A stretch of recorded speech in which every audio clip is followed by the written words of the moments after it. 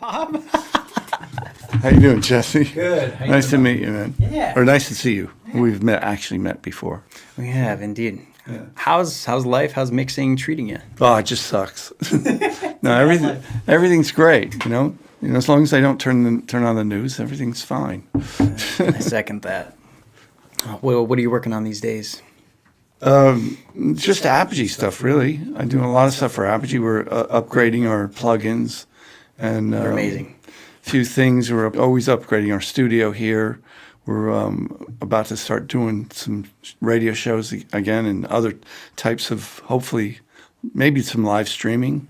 So we've upgraded our kind of video setup, which is just my own little personal project and that I'm having fun with. Being an audio guy, it's kind of fun messing around with home video a little bit. I think that in the first few years of learning to do what we do, there's this gap between, hearing the song and having the ideas and then being able to execute them and then hear the result and getting very happy with that result. Yeah. And especially now with computers and technology, there's so many stages and kinks to work out. How many mouse clicks comes between having the idea to boost the presence and the just overall quality of a vocal? How many steps does it take to actually get there to where you're hearing it and you're pleased? And then usually once you've actually gotten there and like, okay, I successfully found the plugin and boosted the top end, but now it's not right. And then how many times are you refining and having to go back to do that? Do you feel like once you get into that mode where you're not even consciously thinking about the technical attributes of aspects of the job, you're just thinking musically, you're grooving? Is that really when you get in and you're... Yeah, absolutely. And it's interesting. You were saying mouse clicks and plugins and all that kind of stuff, which is the difference, obviously, between the way you work and I work, because I work on an analog desk. And I do use plugins a bit, but usually more when I run into problems. And I go, well, how can I make this work? Well, I can't quite get to it on my SSL, and so I'll turn to a plugin. But most of the time, I think it's easier for me because everything's just laid out in front of me, and I just have to grab knobs. I don't have to think. I hardly have to think at all because it becomes instinctive. It's like playing a guitar. If you're a good guitar player, you don't think about where your finger's going to go to next, what fret you're going to hit. You know what I mean? It's kind of like the way I do it, and I don't have to think about clicks and plugins and, okay, what plugin is going to work for this? Because I just, I have the same equalizer on every channel, basically. I got a couple things in the rack, but I don't really, those just for specialty things.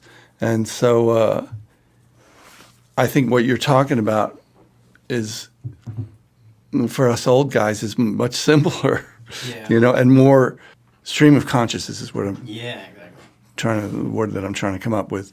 And so I'm very lucky that way. I think, and even though records are, I listen to your records and I don't know how you do it, And I have a friend named Chad Blake who amazing mixer, who also mixes in the box, and it's amazing what he does. You guys, I don't know how you do it, how you actually can keep your sanity while having to open plugins and figuring out which plugin you're going to use on a particular thing. And it seems like there's a whole lot more decisions that you have to make when you're going through mixing something. And it just seems a lot more. I know when I sit down and try to do a mix in the box, I just get pissed off and I just want to take the thing and fucking throw it in the pool. It just pisses me off. Yeah, I mean, the only way to make it flow is because I'm super impulsive and impatient and very hyperactive ADHD. Yeah, I know you are. You are very kind of... I need results. Right. So the only way how do you do that? You have to automate. So I use like keyboard macros and customized shortcuts and just different commands and scripts that you can so hit do one little shortcuts that you use.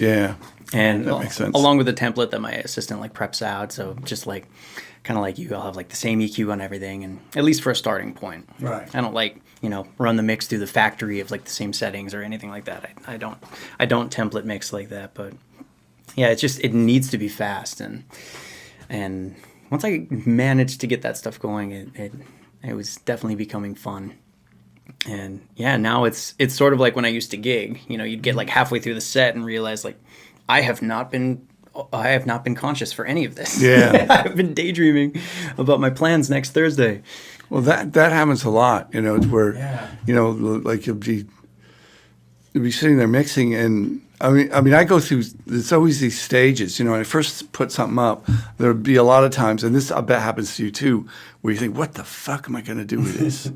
You know, this is like, I don't know. This one's beyond me. I don't know if you think that way, and Yes. I'm never going to get through this, and you know, just sit there and I just like, oh fuck, and I just play it, and what is it? Maybe I can fix this vocal sound, or maybe a little nice ambience on the vocal, or a delay or something, and then because I usually start with the vocals, Wow. you know, and then you know, kind of, well, what are these? I mean, I'm usually dealing with rock stuff, so it's guitars. So I think about the guitars really early on, and what are they all doing, and where am I panning them, left or right, and you know, and then I'll kind of get into what's the percussion, the drums doing, and then before I know it, it's just what you're saying. It'll be like 2 hours later, and it actually sounds like something, and I'm like, well, how did that happen? You know, what did I do? You know, and you don't even know, because you let the music kind of tell you what to do. Yeah.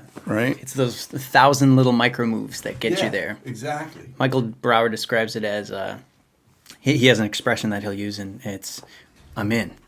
Yeah. So when 2, 3, 4 hours in, you know, after he's been crawling through the muck and sorting and moving, okay. All of a sudden, it sounds like it's sendable. It's we're in, and then at that point, I've completely adopted this. So I always say it out loud, whether I'm by myself or mixing with an assistant. It's we're in, right. and then you can have fun, and then I'll get going with automation and just start adding in production things, and Right. you know, Just maybe add little French things. flair and tweak the arrangement or listen through and see what happens, or And then I'll put the whole thing through a flanger and something. get wild with it. A lot of it's so static these days. I think those spontaneous moves, more often than not, I'm finding that they're accepted, and the clients are becoming more receptive to that stuff. Yeah, And- well, that's good. It is good. I feel like for several years I lived in the working with artists who are really suffering from demoitis, and they need it to match the rough. And that is still the world I live in, and I think that might be a cool thing for us to touch on. Is I think you get the freedom to build a mix and push the faders up on the desk, and the sessions that I receive, I open any session, in Ableton or Logic or Pro Tools, Studio One, and if those faders are already up, that session is populated. The mix bus is completely full of plugins most of the time. These are like really fleshed out pop productions that are already like completely realized and sounding mixed. Right. And What do you do then? it's sort of becomes stem mastering and just a little bit of mix bus mixing, just like tweaking and just overall broad strokes and a lot of automation. And it's so for me, it's like a lot of clip effects. So like EQ automating phrase by phrase, Right, sure. kind of Mike Shipley, Mutt Lang, OCD style, Yeah. just to get everything hitting the same way. And a lot of the time it's correcting their gain staging too, because usually it's really loud, it's really smushed. Yeah. And there's ways to kind of back that off and then sort of reshape the way that their Right. transients So it's are. not just compressed. Everything's compressed to hell. Yeah, and so I think the job that I end up doing most of the time is matching their loudness, because they're going to be used to that really loud version, but also getting it to match the loudness, but with the transient added back in. So like more punch. With some dynamics. Yeah. So how do I get it louder with more dynamics? It's just like, so that's been the mission the last few years. Wow, that's really interesting. Because for me, I turn all that crap off. I get rid of all of it. So I used to do. All the automation and just start over. Oh, I'd get fired every time. Yeah, this is just a different era, I guess. Because and then I listen to their mix. If they haven't printed one, I'll take their session and print one, and then Same. I'll just constantly refer to that so that I'm not too far off from what they wanted to do, and they'll just try to make it better, you know, which is, I'm sure, what you do, is just trying to improve on whatever they did. Yeah. Because they're so used to it. Sometimes listening to their reference can tell you a lot about their listening environment as well. Like, I can tell the way that they made this is, you know, they're in a room that has inadequate treatment, and it sounds like they're on some Genelec 1032s or something, and they, you know, made up for that by making it very mid-rangey and mucky. And Exactly. so they're going to hear my kind of brighter, cleaner version of their mix, and it's going to sound like way scary. So like, then the job is like, do I meet in the middle, or do I really trust my gut, because this is going to sound best to the consumer? And maybe this would be a good time for us to move into kind of the psychology of it and the Jedi mind tricks of how do we mix for the client, or do we mix for the culture? I mix for myself. You know. But it came to be that then people started copying me. so that I didn't have to I didn't have to mix for anybody else anymore, because back in the 80s, it seemed like, you know, people were listening to my records and trying to sound like those. Totally. Which really blew my mind, to be honest. I thought, well, dude, you know, what are you people doing? Get a life, you know, mix your, you know, come up with your own shit. Well, yeah, absolutely. I think that the 80s, between you and Hugh, I mean, you guys were completely the dominating SSL forces behind like the sound of the gated nonlinear, you know. For a couple of minutes there, yeah. You mentioned that you were just mixing like you, and then everybody wanted that sound. Right. So then they keep going to you for that sound. I think that you and I have that in common, that we've been kind of attached, maybe unfortunately, attached to a specific thing that we did at like one window of time. Yeah. And then we maybe continue to get to be known as the people attached to that sound. Yeah, but then you immediately want to rebel against that. You want to change that. Yeah.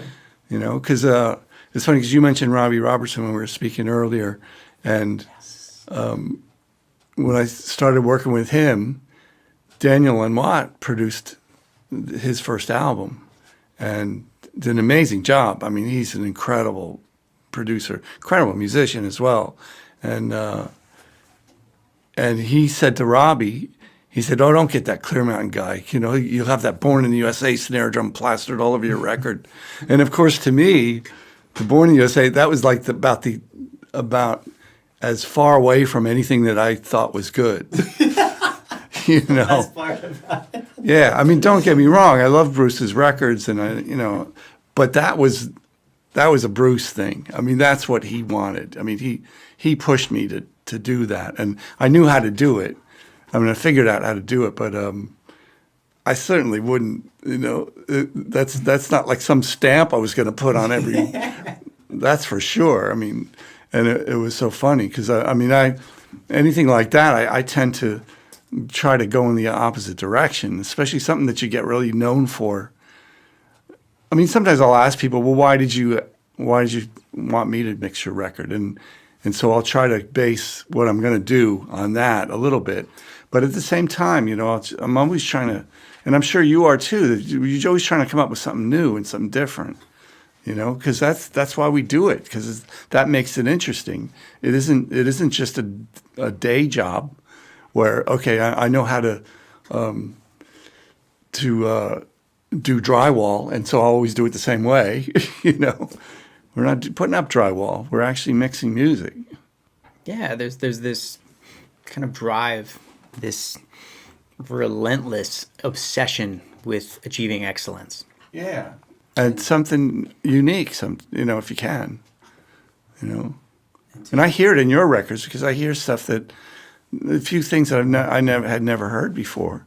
I said, well, how did he do that? And not only that, but so much of the current music nowadays, I mean, going back to what you do, sounds like you were saying, it sounds very compressed and flat and linear, and sounds like it came out of a factory somewhere. Yeah. I listen to your records, and there's all this space in it, you know, which is, I'm attracted to that, you know. If you listen to my records, you probably hear that similar sort of thing. Yeah, and that's what I love. Yeah. You know, even though I've mixed some punk records and some hard, heavy rock records where it's not. And Springsteen records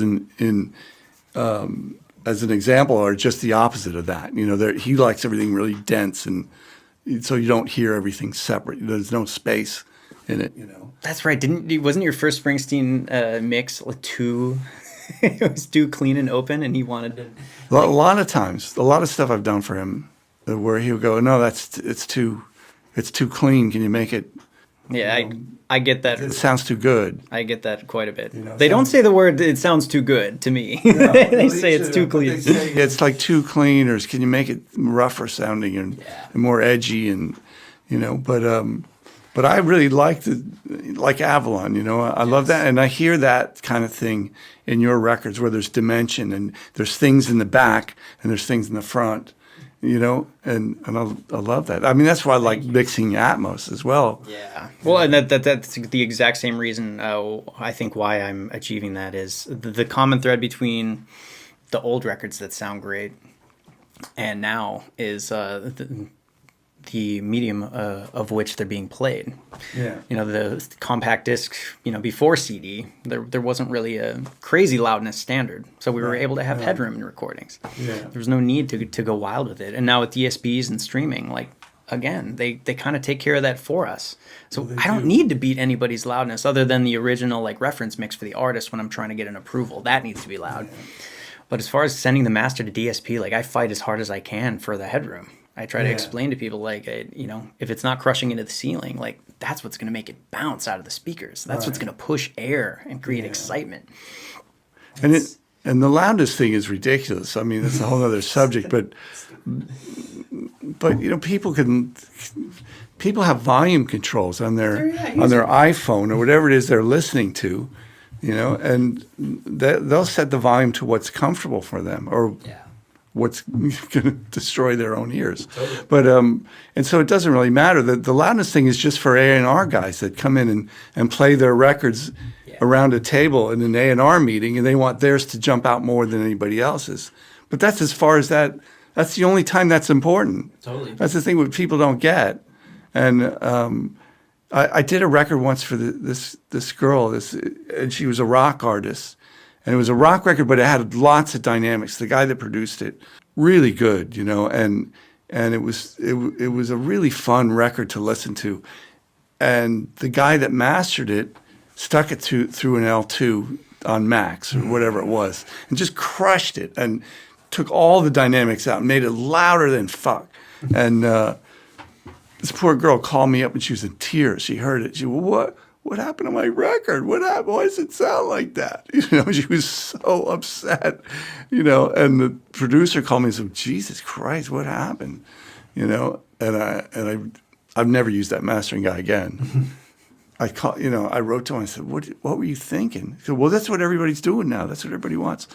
Not me, man. You know, count me out of that thing, you know, because that's bullshit. I'm sorry. Dude, I have shed actual tears over, like, just mixes that got destroyed. What are you doing? I worked so hard on this. What the hell? What doesn't make sense is that the teams allow that. Like, you know, the artist and the producer and the A&R and people at the like people who go back and forth, like, we'll do 40 rounds of mix notes to tweak the stupidest little stuff like hi-hat volume. And they crush the crap out and then they get the master back and just, no problem, submit. Like, what? Like, I know, all those little tweaks mean nothing, you know? It's super unfortunate. Yeah. I'm actually lucky because I've gotten to a point where people, most of the time, they pretty much trust, you know, I mean, they'll make comments. People do certainly make comments, you know, turn up the strings or whatever it is. That, you know, there's some little line in there that maybe I didn't quite get enough of, whatever, you know what I mean? And sometimes, one of the best things that ever happened to me was there was a band called the Divinels back in the 80s. And I just mixed the Avalon record, right? Rock's Music Avalon, which is a big, spacious thing, clean. You know, clean. And it's a big, wide. And so then my next project was this band called the Divinels from Australia. And they were like a hard rock, like a punk band, really. And so I'm mixing. So I got that in my head. I got this thing, which I just did, you know, and I made it real hi-fi. and the girl and the guitar player, the two main people in the band, I can see they're not happy. And then they finally look, can we talk to you for a minute after the second mix? I said, yeah, we don't think you're really getting who we are. We're not a big hi-fi. We're not Roxy Music. We're like this little spiky ball, this really irritating thing with like jagged edges coming out of it, but really small and compact and irritating. We're a punk band. I was like, oh, I went back and listened to what I did. I said, holy shit, did I ever get this wrong? Okay, let me start over. And so I went back and just started over. I got that in my head, got that image in my head. And then they were really happy, and and I nailed it.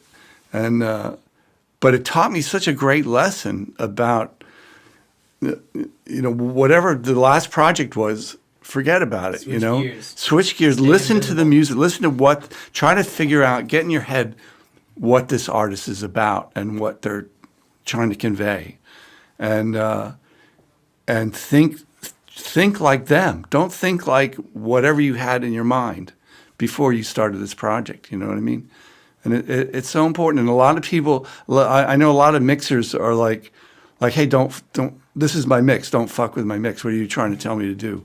It's like, no, it's not your mix. It's their mix. Yeah. You're just, unless you're the artist, you're just doing a service for somebody. You know what I mean? It's like, it's their show. So think like them. Totally. I don't think that there's any room for those types of egos anymore. I don't think so. I don't think there is at all. I'm thankful for that, because this is 2022 at the time of this recording. We're in a, and we've seen what huge egos can do to things like our country. Yeah, dude. It's really bad, man. Yeah, I'm really thankful to amidst the problems that we still have as a country. Won't even go into that, but I'm thankful that in the music industry, it seems like we're entering a new era of this kind of progressive movement of inclusion and just overall more empathy and teamwork in the process. There's less of this hierarchy, all the way from just the way that people come up at labels or studios and hazing and just like I want to see more equality with men and women doing this job. Yeah, absolutely. I'm raising 2 daughters. I want if they want to, I want them to feel safe and comfortable to work in music. Well, that's an interesting subject that you're touching on, because there should be more women in this business. I think, I'm really happy when I see women mixers and producers, and I think it's a good thing, and as far as diversity too, it shouldn't be all white guys. Totally. Because we should be the minority, I believe. Yep. 100%. And I think that is one of the most beautiful parts of being in this day and age, is that really anyone from any walk of life can do it. Yeah. Yeah. Exactly. You can get a laptop and get a duet and go. Right. Start making records. Or an SSL, if you can get one.